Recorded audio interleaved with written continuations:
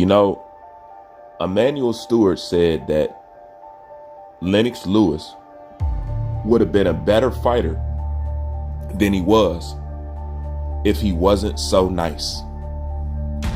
It's one of the things I try to speak on with Anthony Joshua, that it's a certain part about his mentality that he displayed, whether it's real or fake. It affects his kill switch when he needs to get in there and box. Meaning, since he's always sunny side up, since he's always saying some philosophical, build a person up, positive message, which ain't nothing wrong with, that affects his ability to be able to, cut that killer on and be aggressive when he needs to. I've always said that. So I don't know if that's really truly him underneath. I know a large portion of it is, but it's okay to be flawed. It's okay to have an attitude someday. It's okay to not be politically correct, and it's okay if you want to, curse sometimes or be human or throw around your ego. That is healthy in the sport of boxing. A lot of people talk about the sport, but they really don't talk about what it takes mentally to stay on edge, to keep your edge. And unfortunately, achieving anything in life takes a large amount of obsession. And you have to be selfish with yourself. And you have to be cocky. And you have to be somewhat narcissistic. You have to. That's what it takes to achieve great things. You have to be obsessed with yourself. You have to be obsessed with the process. You have to be like that. And Anthony Joshua always trying to keep this, which I say it ain't nothing wrong with, but always trying to keep this certain attitude. I'll put it like this. Certain times to me, he goes out of his way to be more compromising and friendly than what he needs to be. Sometimes, if you can't balance the both, just be a silent person. You know what I'm saying? Don't say too much.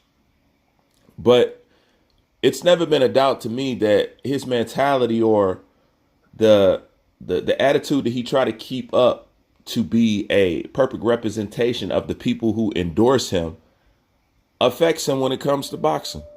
It just does. Like I say, you ain't got to be the Boy Scout. You ain't got to be the perfect dude, but he's always trying to portray that image. He's always trying to be that role model. And that's going to take a toll on you, because when you need to get in there and be something else and be the monster that you need to be, you can't do it, because you've been walking around in this soft shell for so long, like you can't hit the kill switch. And it's obvious when you look at Anthony Joshua, especially to me in his last couple fights, he was forcing himself to be upset or angry or look mad. It looked forced. He didn't look like he really felt like that. It looked like he was forcing himself, to put a scowl on and look aggressive. It looks forced. It doesn't look like he was really there. And if you can't get emotional, if you can't get pissed off about something and something like that, this is what I'm saying. It affects the killer instinct. You know what I'm saying? Sometimes emotion is good. Emotion and fear lets you know that you're in danger, which makes your body react, which, heightens you up, which pushes that adrenaline, and it pushes you beyond levels in which you think that you can't go. But if you don't have that, if you don't sense the danger, if you just, everybody, let's get along and let's hug and this, that, and the third, when you need that switch to go off and you need it to work for you, it's not going to be there. It's a muscle just like anything else. And he doesn't have that. And it's just too much of the wrong environment at the end of the day. You need to be mistreated. I think, it's already been confirmed that people be soft on him in camp. And that was part of the problem, being a yes man.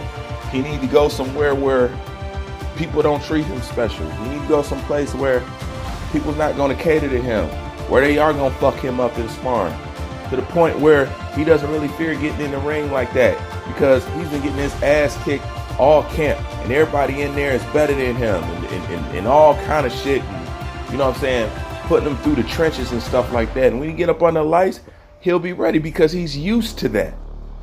You got to become comfortable with the uncomfortable. And I just think Anthony Joshua, or nobody around him and his team makes him take that step. So therefore, he has to summon something. Listen to what he's saying. He has to summon something that's not really in him. How are you going to get this so-called aggression when that comes over a person's life period, and their background and where they come from and stuff like that? If you don't have that, you just don't have it. You can't go and find it somewhere. You're naturally supposed to have that. And if you don't have anything, even if you don't have that aggression, you're at least supposed to have the competitive spirit. You need one or the other. You got to have a hell of a competitive spirit or aggressive nature, or a little bit of both or something. But I don't think it's a place where you can go and travel, and go develop this and somebody can give it to you. I don't think you can go up to the mountains with the monks and they can hand you this emotional tablet that you need to continue your boxing career. I just don't see how you develop that if it's not in your character, if it wasn't in your life path, if it wasn't in your past, if it wasn't part of your makeup, what makes you today. If that's not you, that's not you. Don't try to become something that you're really not. But what you do need to do is find the competitive nature in you. And that can maybe kickstart this so-called aggression that you're missing, because at least the competitive man wants to compete and is passionate. Because as of right now, how he's living his life, it's not enough for him to feel urgency or to feel like he has to lay it all out on the line. Because the thing about Anthony Joshua is not going all out, not having that killer instinct, not having a sense of emergency, feeling like, oh shit, I'm behind. And Anthony Joshua, he doesn't show that. He just slowly just goes down, just without a fight. If you care that much, it'll show in your actions. And I just don't know that you could develop that at this career. I don't know if he's living too good, got too much too quick, or whatnot. I just don't think it's something that you could just go and just muster up like that. That's just my opinion, But I think if he gets back to, I don't know what happened, if he get back to what makes him happy, I don't know what he could do. But it's not like he never had it. He just lost it at some point, and he got to go back and find where he dropped it. That's my opinion. Like, comment, subscribe. I'm out.